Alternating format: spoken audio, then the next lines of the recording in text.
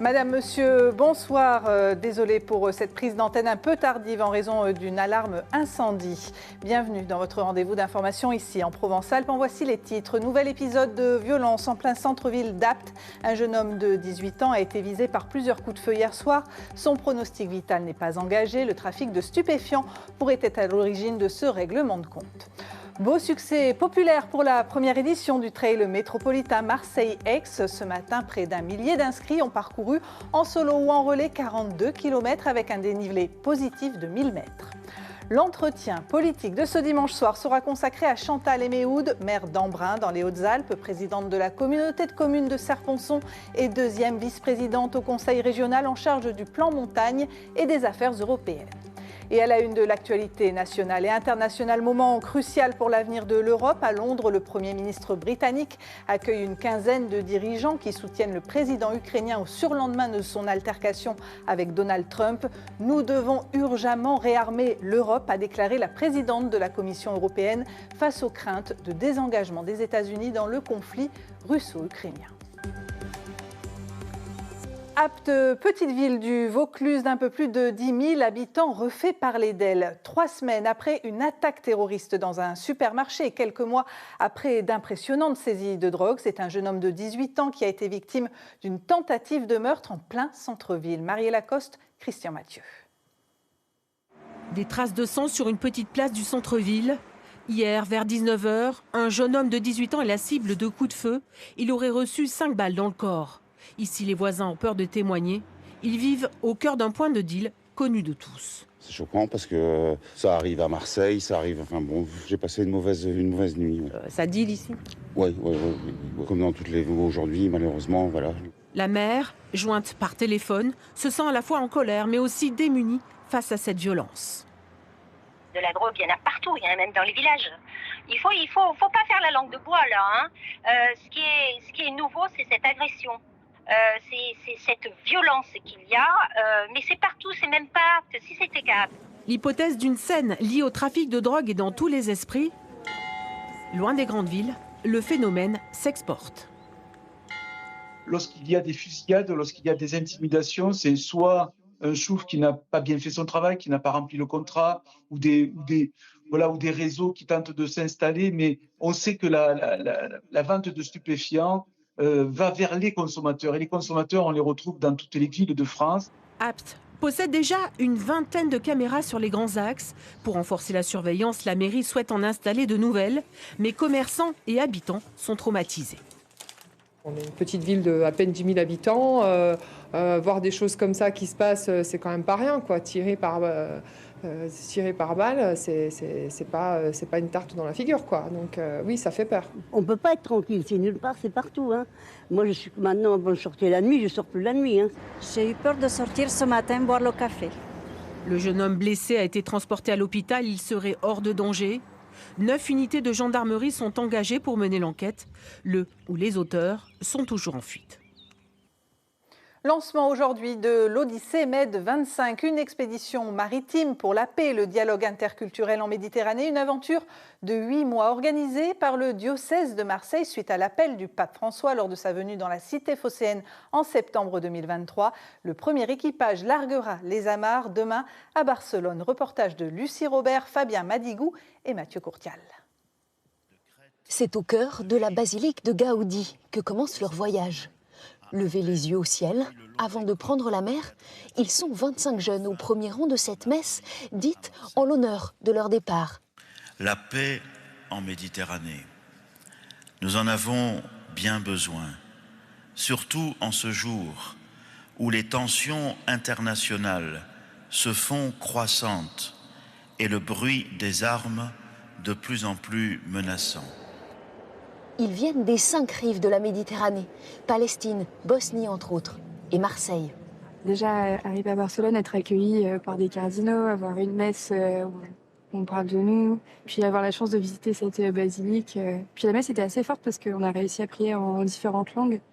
Il y a de Palestine qui ont pris la parole, d'Égypte, donc c'était assez incroyable pour l'aventure. C'est vraiment un cadre magnifique, c'est une expérience hors du commun, mais sûrement que j'aurai pas l'occasion de revivre. Le cardinal marseillais Jean-Marc Aveline prononce l'homélie, une invitation au dialogue, un message d'espérance en ce monde troublé. Quand on voit les jeunes qui vont embarquer demain, il y a de quoi être consolé, parce qu'on voit une autre force, qui est celle de la fraternité. Il y a des jeunes de tous les pays, il y a des Palestiniens, il y a de tous les pays du pourtour méditerranéen. Et c'est extraordinaire cette force-là. Elle est apparemment faible, petite, mais nous croyons en sa force profonde. Bouchra avait rencontré le pape en septembre à Marseille. Elle milite depuis pour un dialogue entre religions. Chaque maison où on fait la prière, c'est la maison de Dieu, soit l'église, soit mosquée. Alors d'être présente sous la grâce de Dieu, c'est un truc qu'on doit vraiment protéger et être présente là, tant que musulmane, ça me tient au cœur. Voici le 3 mâts sur lequel ils embarqueront demain, direction Tétouan, au Maroc. 2 semaines de navigation pour faire de cette Méditerranée un trait d'union entre leurs peuples. C'est soir de match pour l'OM avec la réception de Nantes à partir de 20h45. Une rencontre qui s'annonce sous haute tension au niveau de l'arbitrage, une semaine après le match contre Auxerre et la polémique suscitée par les propos de Pablo Longoria. On retrouve en direct Michel Aliaga. Michel, quelle est l'ambiance actuellement au sein du Stade Vélodrome ? C'est très calme, coup d'envoi dans environ 1h30, mais on va attendre, on va voir s'il y a une éventuelle décision arbitrale controversée, une de plus, et on verra si les supporters qui sont à cran, je vous le confirme, comment ils vont réagir. En tout cas, on souhaite bien du courage à Stéphanie Frappart qui a été nommée pour arbitrer cette rencontre et aux assistants vidéo. Et puis la situation est inédite. Ils ont tous porté plainte cette semaine contre Pablo Longoria et donc contre l'Olympique de Marseille. Et ce soir, ils vont arbitrer l'OM. Alors évidemment, toute décision sera scrutée et interprétée dans un sens ou dans l'autre. Ce sera ainsi jusqu'à la fin de la saison. Michel, l'OM doit absolument gagner pour espérer disputer la Ligue des Champions. Ben oui, puisqu'il y a la polémique Longoria, mais il y a le classement. Et quand on le regarde, le classement, on rappelle que seuls les 3 premiers sont qualifiés directement pour la Ligue des Champions. Le PSG, on n'en parle plus, ils sont déjà champions de France. Mais derrière, Nice est revenu, Monaco est à 3 points. On rappelle que la victoire est à 3 points. Il faut l'emporter ce soir pour avoir 6 points d'avance sur le 4e. Et on rappelle que lors des 10 dernières journées de championnat, l'OM ira à Paris, à Monaco et à Lille. C'est dire si la victoire ce soir contre Nantes est indispensable.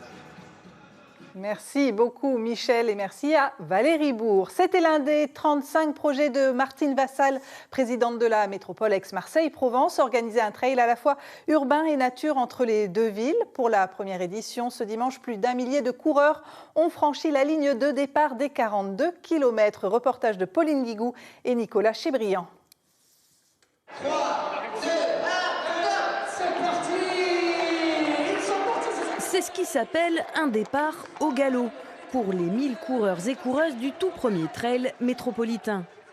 Partis de la Canebière, une traversée de Marseille les attend, avec peut-être un peu trop de bitume pour les habitués des terrains escarpés. J'ai fait venir 26 pour ça, et en train de m'engueuler depuis dimanche. Vers Château-Gombert, enfin, le bruit des cailloux sous le pied et l'odeur de la colline. C'est parti pour l'ascension du massif de l'Étoile. Oh pétard, après 10 bornes d'échauffement, enfin on y est. Où ça? Eh ben dans la colline, dans le trail. Le trail métropolitain, c'est 42 km de Marseille à Aix-en-Provence. Une course mi-urbaine, mi-nature et qui se veut respectueuse de l'environnement. Elle suit à la fois des tracés qui sont préétablis, elle le fait à une période où il n'y a pas encore de nidation, où il n'y a pas encore de développement de la faune et de la flore. Les premiers bouclent le parcours en moins de 3 heures et nous livrent leurs impressions sur ce trail atypique. On passe dans plein d'endroits différents, des endroits techniques, des endroits roulants, de la route, du chemin. C'est vraiment pour tout type de coureur en fait. J'ai l'habitude des trails avec beaucoup de dénivelé et là finalement il faut tout le temps courir et c'est pas du tout le même exercice donc c'est pas simple. C'est vrai que toute la colline, le massif de l'Étoile, c'est magnifique. Franchement, il n'y a personne le dimanche matin, c'était super agréable. Après là, on traverse les villages, Bouc-Bel-Air, Gardanne, pareil très sympa, les gens qui applaudissaient au passage, donc c'était bonne ambiance, très cool. Une course pour marathoniens, pour trailers, pour amateurs. En bref, une course pour tous.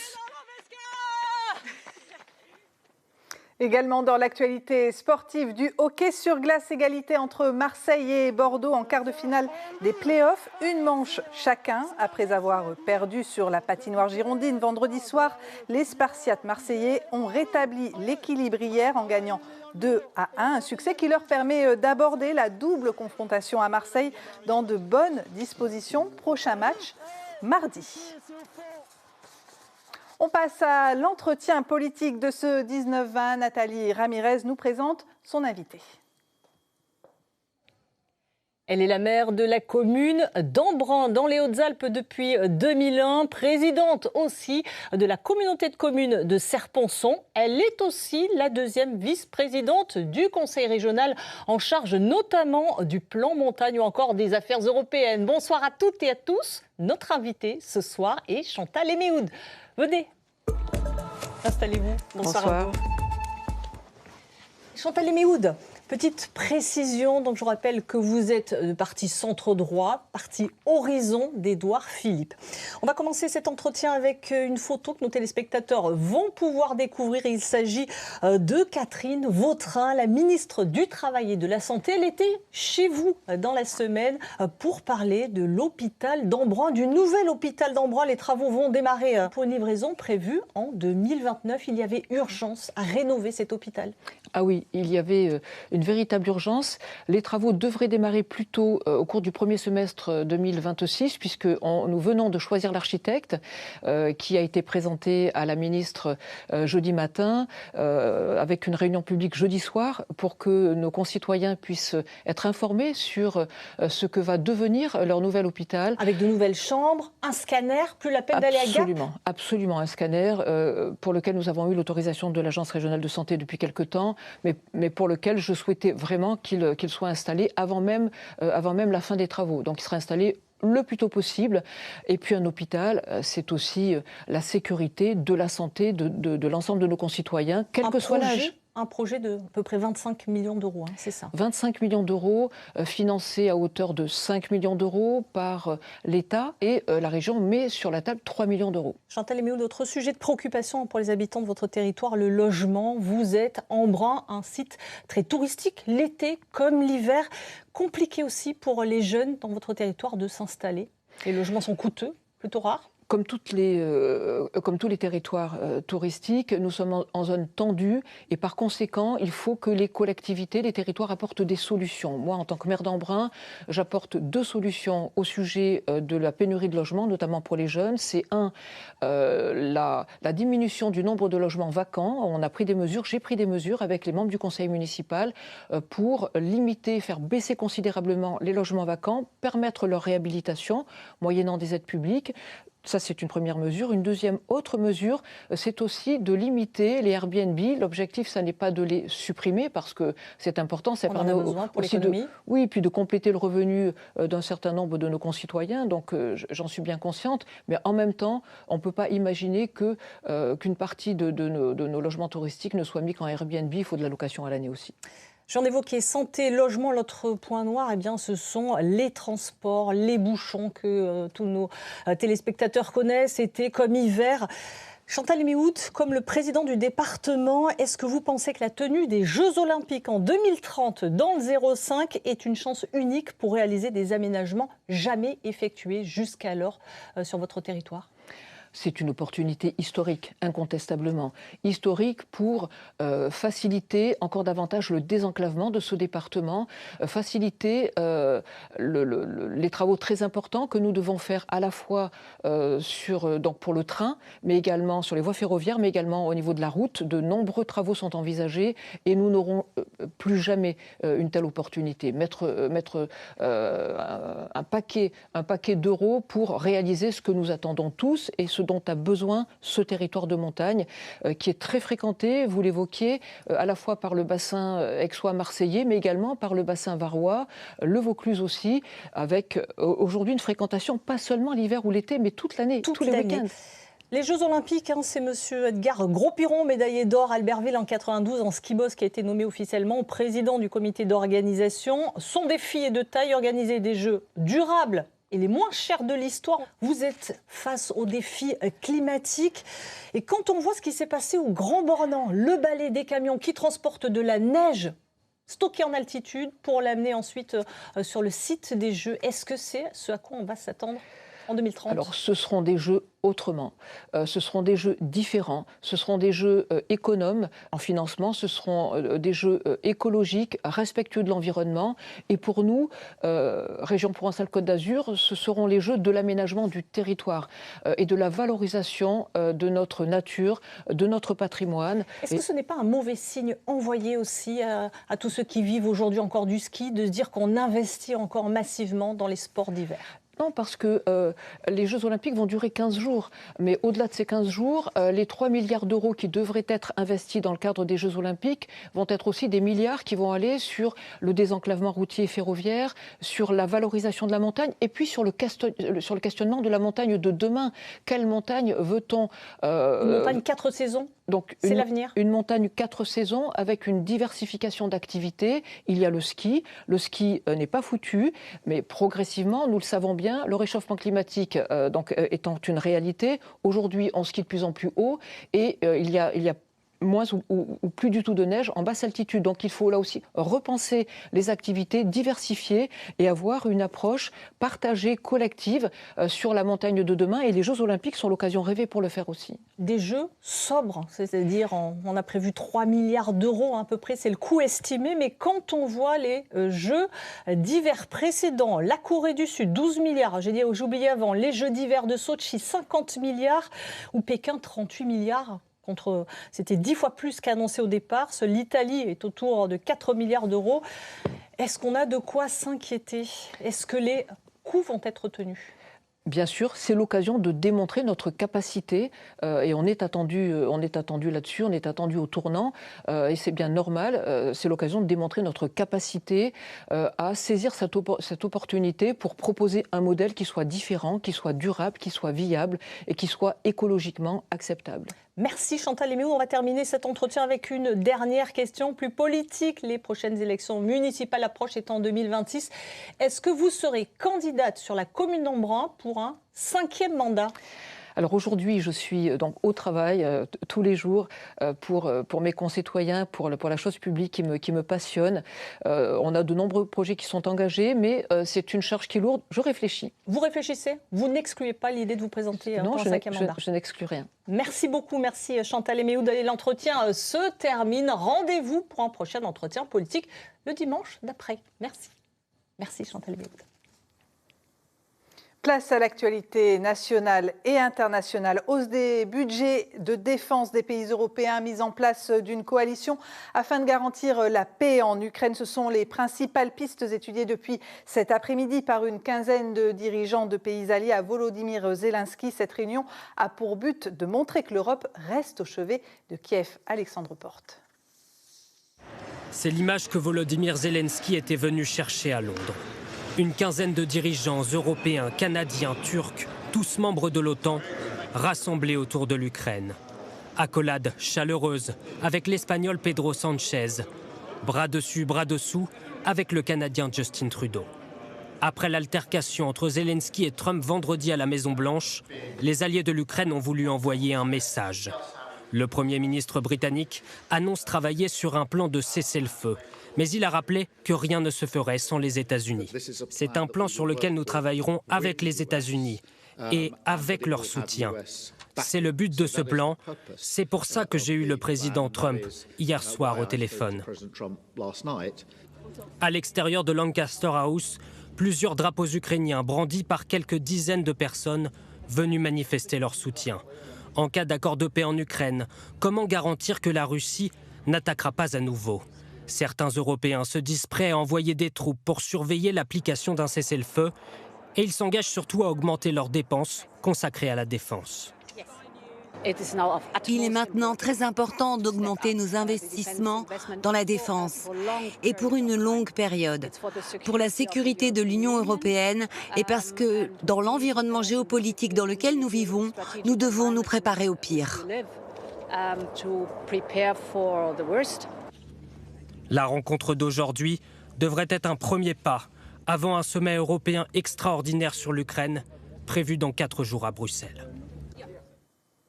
Depuis hier, le Royaume-Uni est au centre de la scène diplomatique. Actuellement, Volodymyr Zelensky est reçu par le roi Charles III. Alors, pourquoi les Britanniques, principaux alliés des États-Unis, ont-ils pris en main ce dossier? On retrouve à Londres Antoine Boulaïs.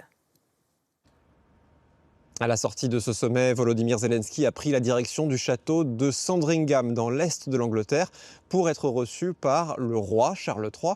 Ce n'est pas la première fois que le président ukrainien est reçu par le monarque, mais cette fois, cette rencontre a une portée hautement symbolique, quelques jours seulement après que le roi a invité Donald Trump à une visite d'État au Royaume-Uni. Le roi et le gouvernement britannique montrent ainsi qu'ils ne choisissent pas un camp, qu'ils parlent autant à Donald Trump qu'à Volodymyr Zelensky. D'ailleurs, c'est ce qui est au cœur de la stratégie des Britanniques, faire le pont entre les deux et faire baisser la température. D'ailleurs, aussitôt après l'altercation entre les présidents américains et ukrainiens vendredi, Keir Starmer a appelé Volodymyr Zelensky pour l'inciter à maintenir le dialogue, éviter tout divorce avec la première puissance mondiale. Aujourd'hui encore, ce point capital était au cœur des discussions. À l'étranger, toujours regain de tension entre Israël et le Hamas. L'État hébreu a décidé de suspendre l'aide humanitaire dans la bande de Gaza, accusant le Hamas de refuser une proposition américaine de prolonger la trêve. Une décision dénoncée par le Hamas comme une violation de l'accord de cessez-le-feu. On retrouve à Tel Aviv Maël Benoliel. Gaza à nouveau coupé du monde ce soir car aujourd'hui Israël a décidé de suspendre l'entrée d'aide humanitaire dans l'enclave. Un crime de guerre et une violation flagrante du cessez-le-feu pour le Hamas. Cette décision israélienne fait suite au refus du mouvement islamiste palestinien d'accepter la proposition de prolongation de trêve israélo-américaine de 42 jours en échange de la libération de 12 otages vivants. À la place, le Hamas voudrait passer directement à la phase 2 du cessez-le-feu qui prévoit la libération de tous les otages restants, vivants et morts, en échange du retrait des troupes israéliennes de la bande de Gaza, mais surtout de la fin de la guerre. Mais il semble que mettre fin à la guerre ne soit pas une option pour Israël qui continue d'avoir pour objectif d'anéantir le Hamas. Le cessez-le-feu n'a donc jamais été aussi fragile alors qu'il reste 59 otages à Gaza, dont 35 considérés comme morts par Israël. Plus léger, de plus en plus d'entreprises privées partent à la conquête de la Lune. Ce matin, le robot Blue Ghost a alluni. Il sera rejoint jeudi par un autre appareil. Objectif, en savoir davantage sur le satellite de la Terre pour à terme préparer des missions vers la planète Mars. Florence Mathieu. On voit ici son ombre. Un vaisseau américain s'est posé ce matin sur la face nord de la Lune. Son nom, Blue Ghost. Il a atterri après 45 jours de vol. Applaudissements au centre de contrôle à Austin, au Texas. Sous l'œil de l'un des premiers hommes qui a foulé le sol lunaire, Buzz Aldrin devant sa télé, aujourd'hui âgé de 95 ans. Blue Ghost a été créé par une société privée pour le compte de la NASA afin de préparer les futures missions humaines. Si vous voulez construire une base lunaire, que des hommes y vivent, il faudra qu'ils reçoivent des communications, qu'ils aient de l'énergie, qu'ils puissent boire de l'eau, qu'on recycle leurs déchets, qu'on les transporte, etc., etc. Et en fait, on assiste là, aujourd'hui, à la naissance des premières sociétés commerciales qui vont proposer des services. Plus de 300 engins devraient se poser sur la Lune dans les 10 ans à venir. Équipé de caméras à très haute définition, Blue Ghost va diffuser des vidéos en direct. Il va aussi forer le sol, analyser les températures, et ce, pendant une quinzaine de jours. Nous allons explorer la Lune, nous allons en tirer des enseignements, et cela va nous aider pour plus tard aller sur Mars. Plus de 50 ans après la fin du programme Apollo, l'aventure est à nouveau en marche. L'homme pourrait faire son retour sur la Lune d'ici 2030. Retour sur Terre, clap de fin pour l'édition 2025 du Salon international de l'agriculture à Paris. Celle de l'an dernier avait été agitée, mais celle-ci s'est déroulée dans le calme. Johan Mavière. Découvrir les moutons. J'aime bien. Ils sont très gros. Et les autres animaux sur 16 hectares de salon. C'était le dernier jour pour en profiter, sans oublier la star de la semaine, Oupette, la bête incontournable pour tous les visiteurs. L'occasion pour son éleveur d'évoquer les difficultés de la filière, l'installation des nouveaux agriculteurs. J'ai demandé justement aux politiques s'ils pouvaient mettre en place des choses pour pouvoir aider ces jeunes à s'installer et à pouvoir continuer de faire de l'élevage. Une colère présente dans les conversations. Mais la loi d'orientation agricole adoptée la semaine dernière a calmé les esprits. Cette année, les visites politiques ont été également plus encadrées. Résultat, pas de bousculade et un climat plus apaisé. Pour cette 61e édition, jusqu'à 80 000 visiteurs chaque jour venus goûter les spécialités de chaque région. J'ai un budget spécial salon, on va dire, pour faire vivre les producteurs autres que les grandes surfaces. C'est quelque chose d'intéressant de pouvoir goûter toutes les spécialités de la France. Des consommateurs très regardants sur ce qu'ils mettent dans leur assiette, un exercice de pédagogie pour les 1000 exposants. On a quand même des gens qui ont un souci de l'alimentation et du bien manger et qui sont à la recherche de produits sains et transparents. Cette année, les animaux du salon ont vu défiler plus de 607 000 visiteurs, 4 000 de plus que l'an dernier.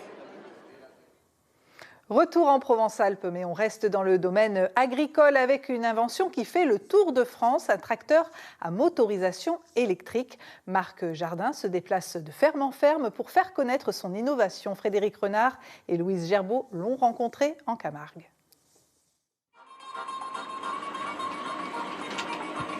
Avec une musique zigane dans les oreilles, Marc Jardin se dirige vers une AMAP, celle du Rouet, à Arles, pour présenter son tracteur électrique. Il se dit colporteur, c'est un inventeur. Ce tracteur a été reconditionné à l'électrique, une idée qui a germé lors d'un long périple en roulotte de 9000 km vers la Turquie.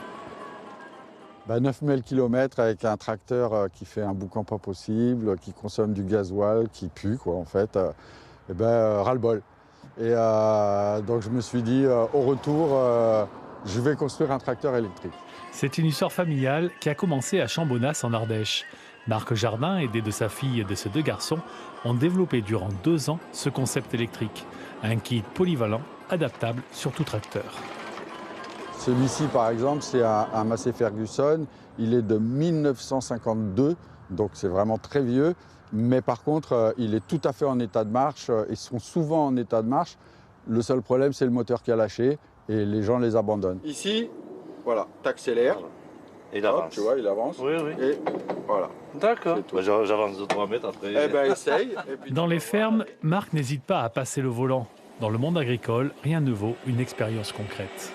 C'est bien, hein, franchement. C'est quoi qui vous plaît dedans? Il n'y a pas de bruit, silence, pas de fumée derrière, ça sent pas de gasoil. Franchement, c'est nickel. Redonner une deuxième vie à ces anciens tracteurs, il y a un côté sentimental aussi qui peut être important. À 20 km/h sur les routes de France, roulotte en remorque, Marc Jardin poursuit son aventure. De ferme en ferme, il faut convaincre. Notre inventeur est certain d'être sur le bon chemin.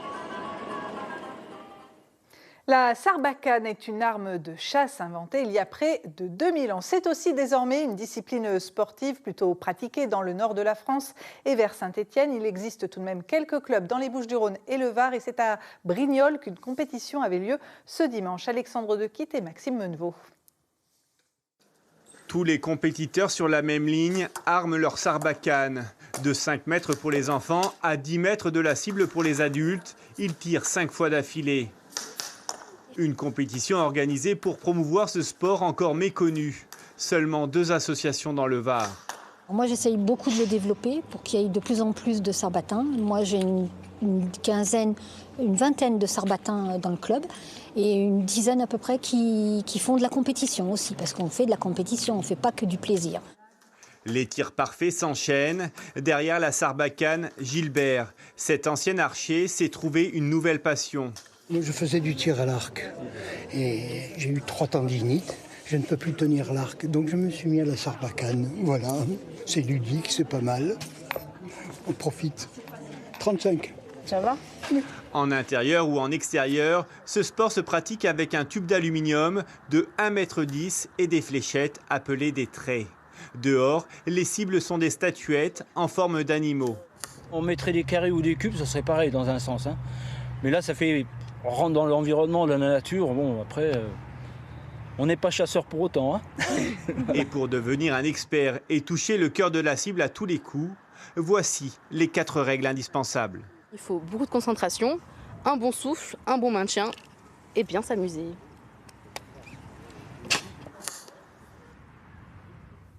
C'est la fin de cette édition. Merci à vous de nous avoir suivis.